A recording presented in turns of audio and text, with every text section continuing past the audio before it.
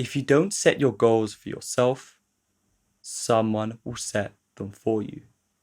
And if someone sets them for you, will it truly be your life that you are living? Or will you be living someone else's? Most of us would scorn the idea of living life on someone else's terms. And yet, very few of us take the steps that help us avoid this. The steps of reflecting on our desires, setting goals from them, and creating plans to achieve these goals. But why?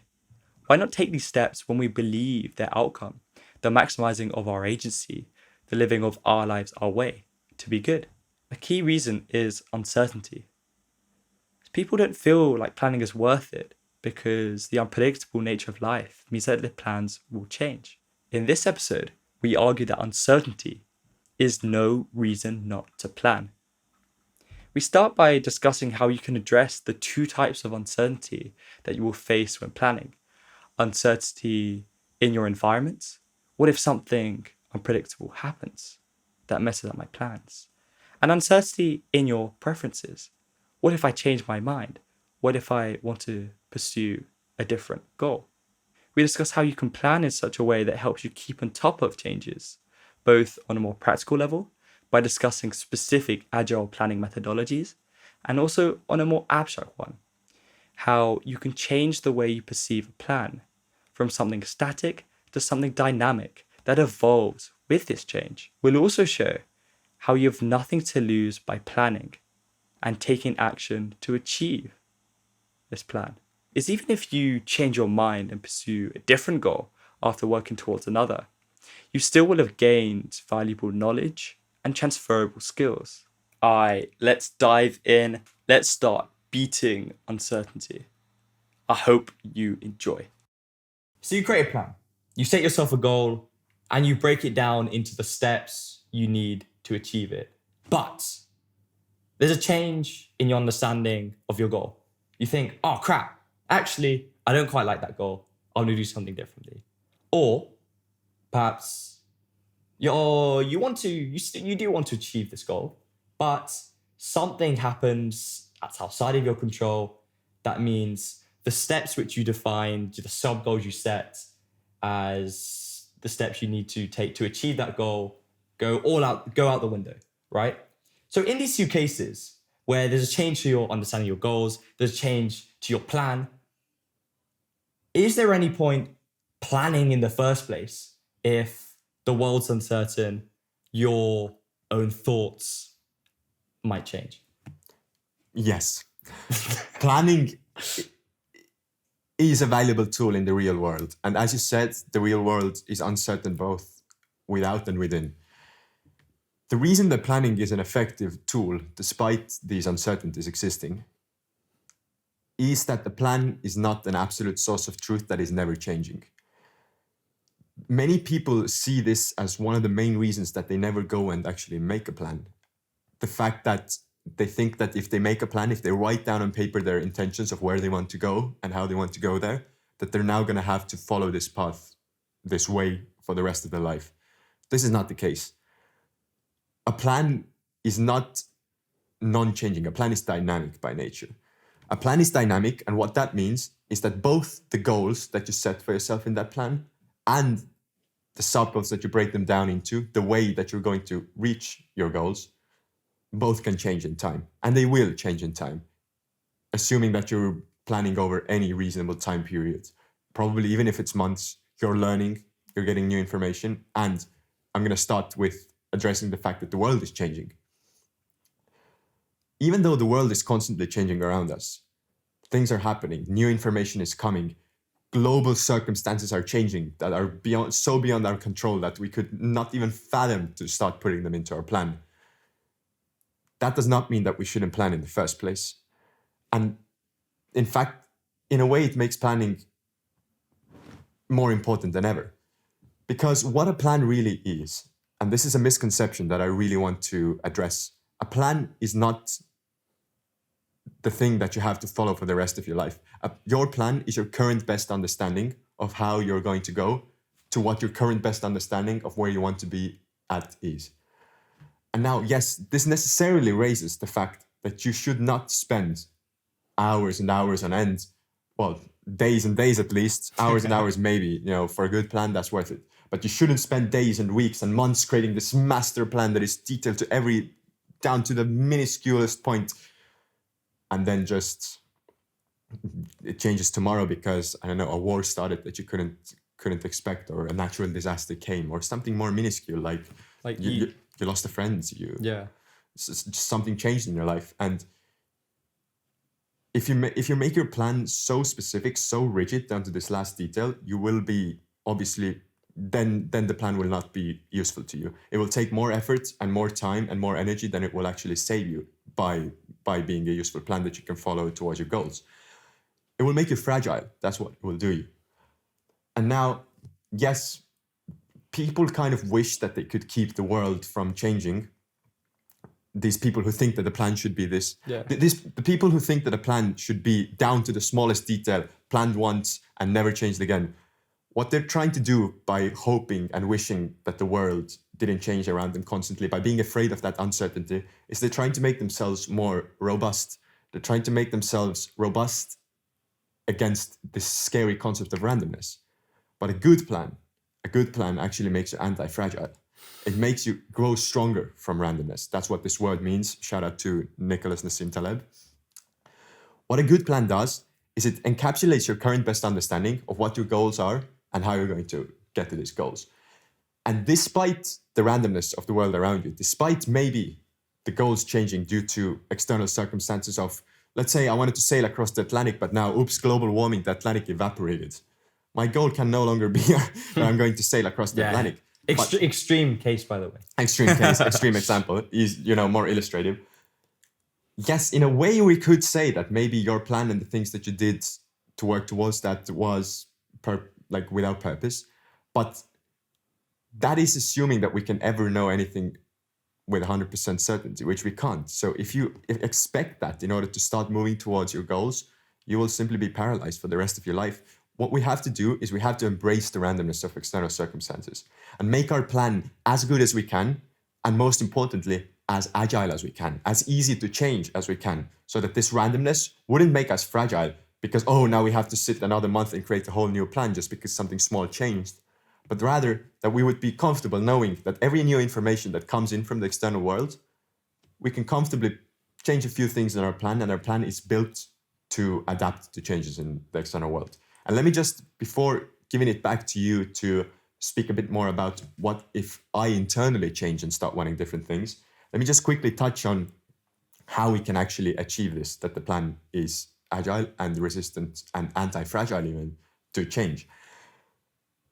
And the key to that is knowing and understanding the different levels of abstraction. And what I mean by this is that your goal itself, yes, even though it should be clearly defined, as clearly as you can, it should not be defined down to the absolute. You shouldn't be defining every square centimeter of how you want your house to look like.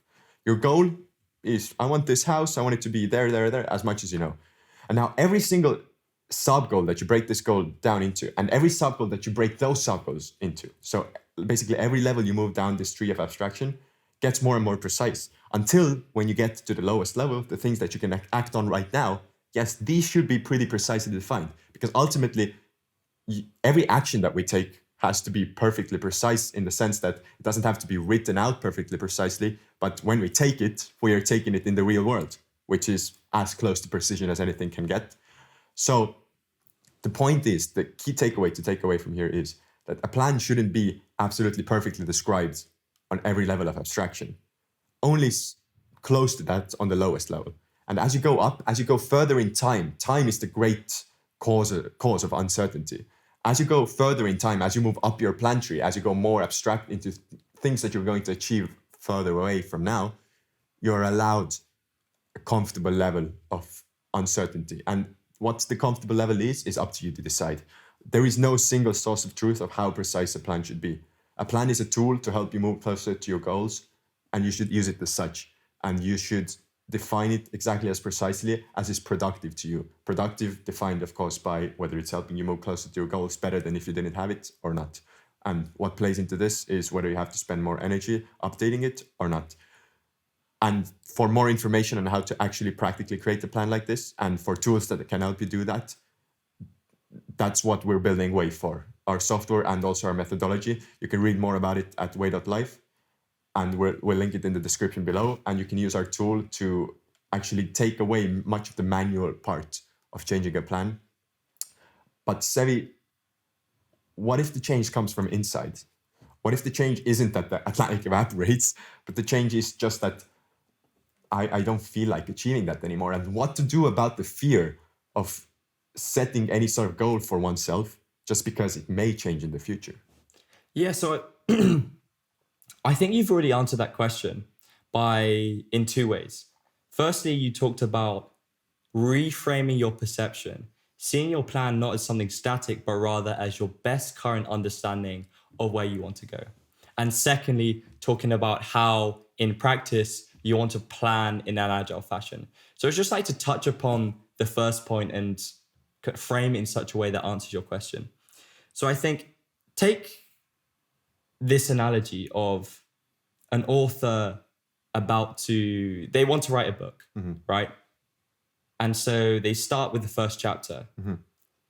If they had the mindset of, oh, I don't want to set this goal now, commit myself to this goal now because my understanding might change.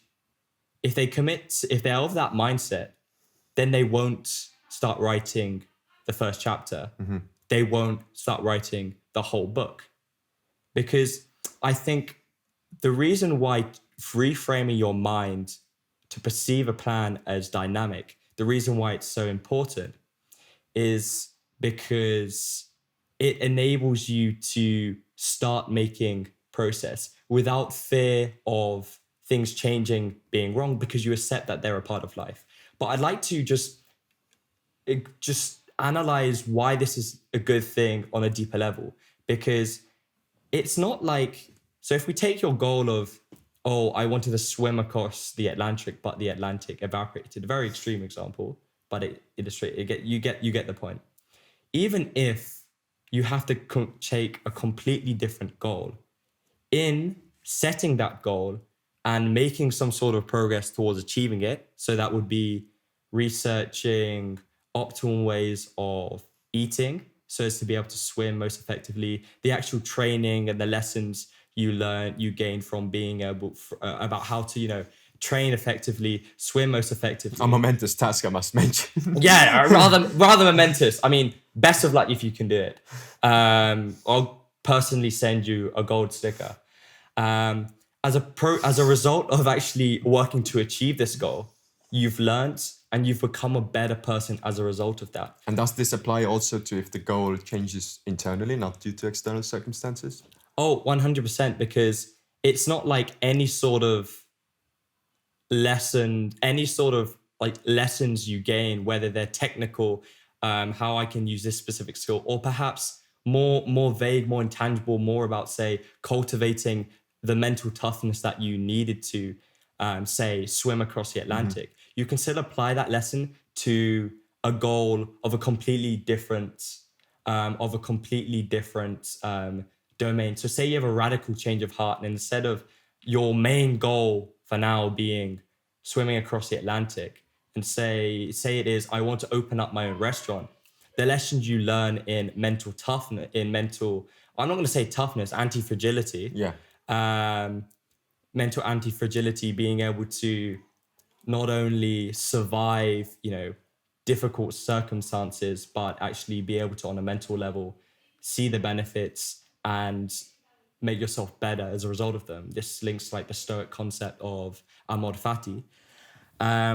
So you could apply those to the new goal you set yourself.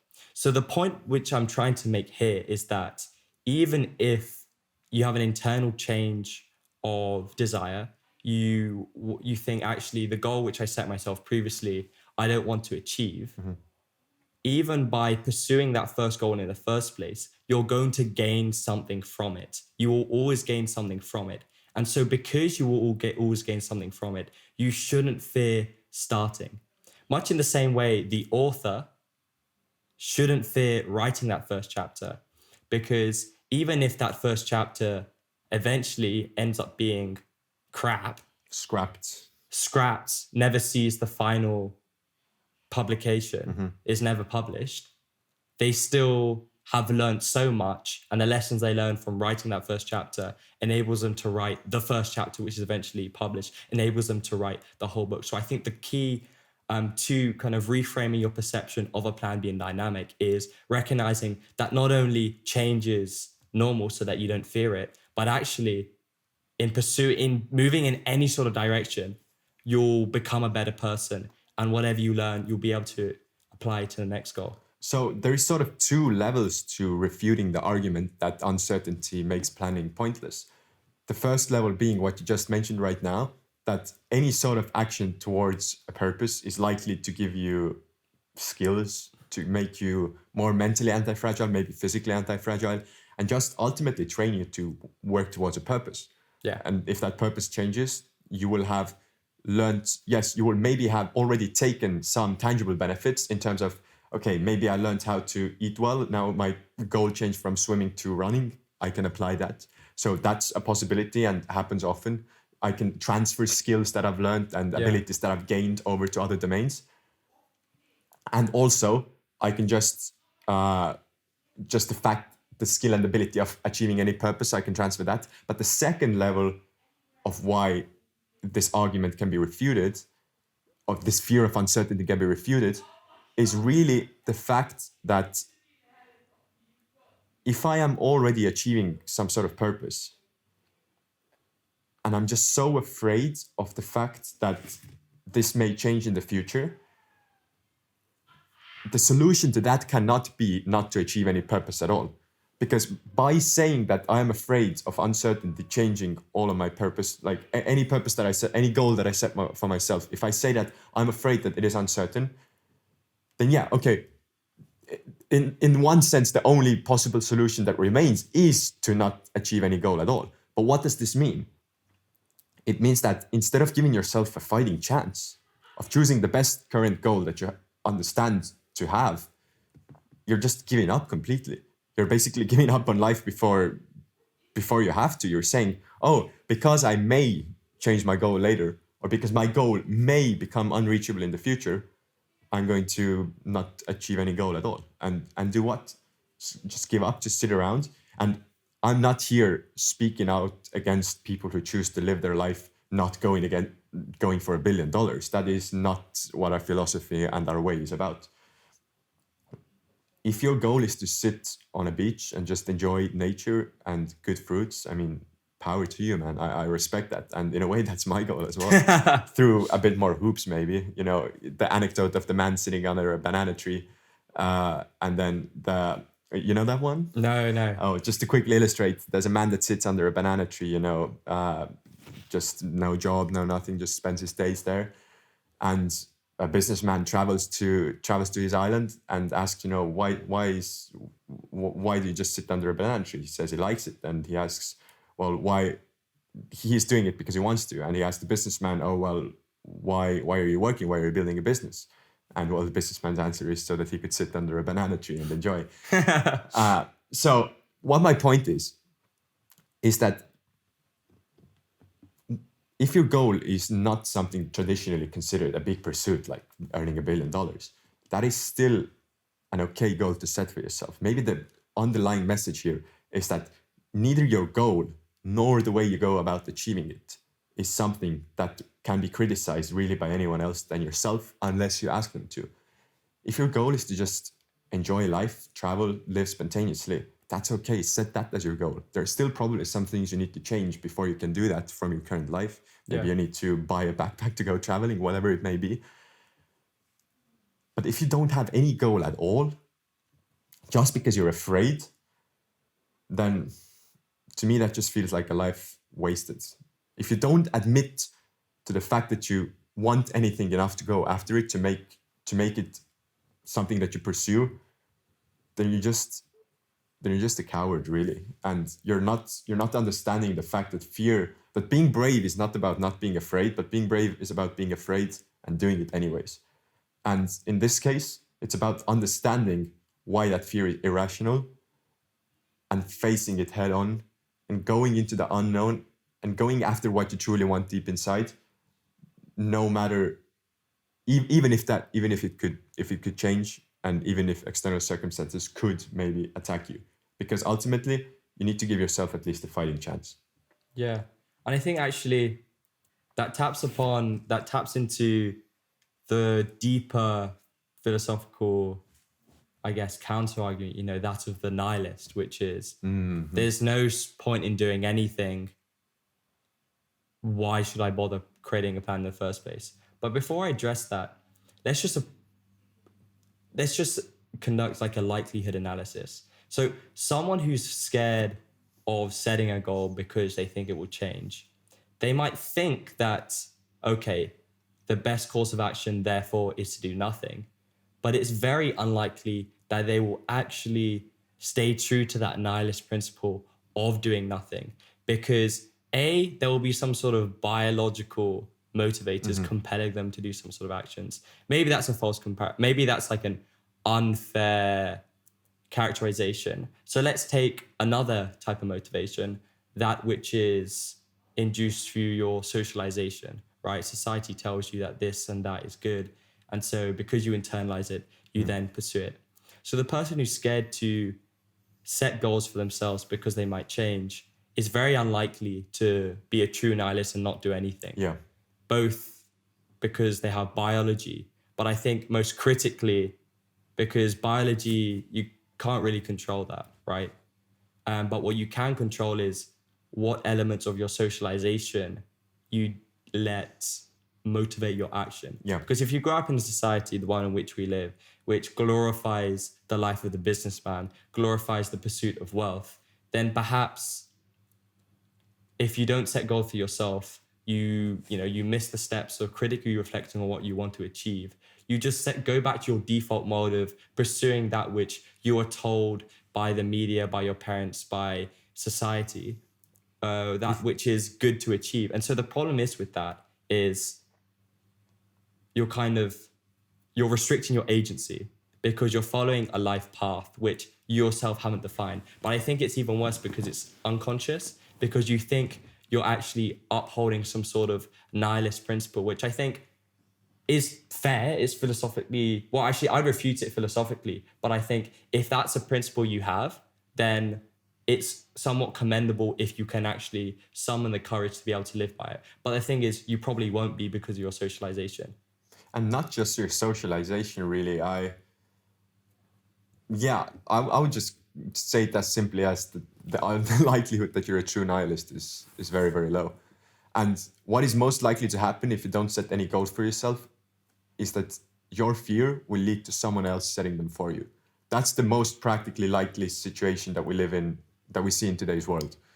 You go to school, you're socialized by those around you, you refuse to set any goals for yourself. Oh, okay, no problem. Here's a goal for you. Here's a goal for you. Go to that school and study that thing for a given number of years. Okay, you go do that. You're still afraid. Oh, okay, don't worry. Come work for me. I'll tell you exactly what to do. You do that until you're 65, and your life's gone. If you don't live your life your way, you will live it someone else's way. So that is why we built Way, because we don't believe in that. We think that fear can be conquered, and that fear is a natural part that motivates us to act better. And we should listen to it, but we should listen to it only insofar as it is telling us that the thing is something that comes with great consequences, not necessarily that it's something that shouldn't be done. Yeah, fear is something to be harnessed, to be used as a fuel that will compel you to greater things. You shouldn't live your life someone else's way. Live your life your way.